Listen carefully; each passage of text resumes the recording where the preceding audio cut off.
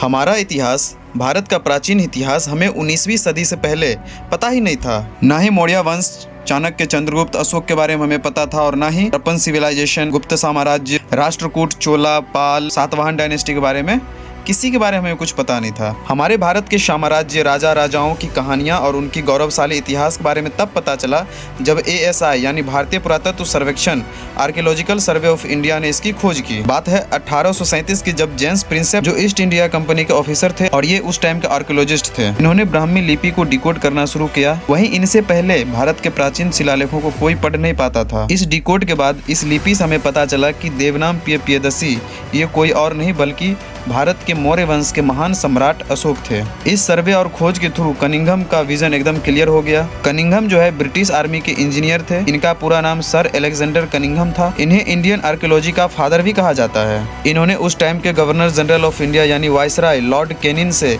भारत के पुराने महल और भवन, स्मारक और जितने भी पुरानी इतिहास और किताबें थी उनको सहेजने के बारे में लॉर्ड कैनिन को एडवाइस किया। और फिर 1861 में ASI की स्थापना हुई। ये गवर्नमेंट का हिस्सा बना और 1871 में अलेक्जेंडर कनिंघम ASI के डायरेक्टर जनरल बने। उस टाइम कनिंघम खुदाई और रिसर्च में 7वीं सेंचुरी के चीनी यात्री हेंत्सांग के बहुत सारे डायरीज और उनके एविडेंस के बेस पर की। फिर चाइनीज मोंग के ट्रैवलिंग के थ्रू जिन जिन जगहों पे बौद्ध मठों की स्थापना की गई थी उसके थ्रू सारनाथ, सांची और तक्षशिला जैसे शहरों की खोज कर पाए। उसके बाद 1902 में जॉन मार्शल इंडिया आए थे। उसके बाद यहाँ की खुदाई और रिसर्च की प्रक्रिया को साइंटिफिक मेथड पे शिफ्ट करना शुरू किया और फिर 1921 में हड़प्पन सिविलाइजेशन की खोज हुई।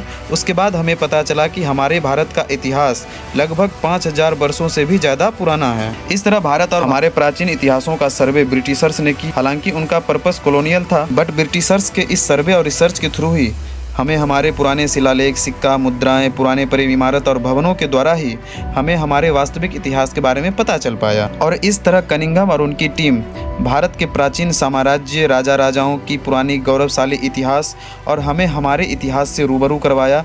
नहीं तो आज भी हम पुराने इतिहास और किंवदंती कहानियों में ही इस तरह की कहानी सुन रहे होते।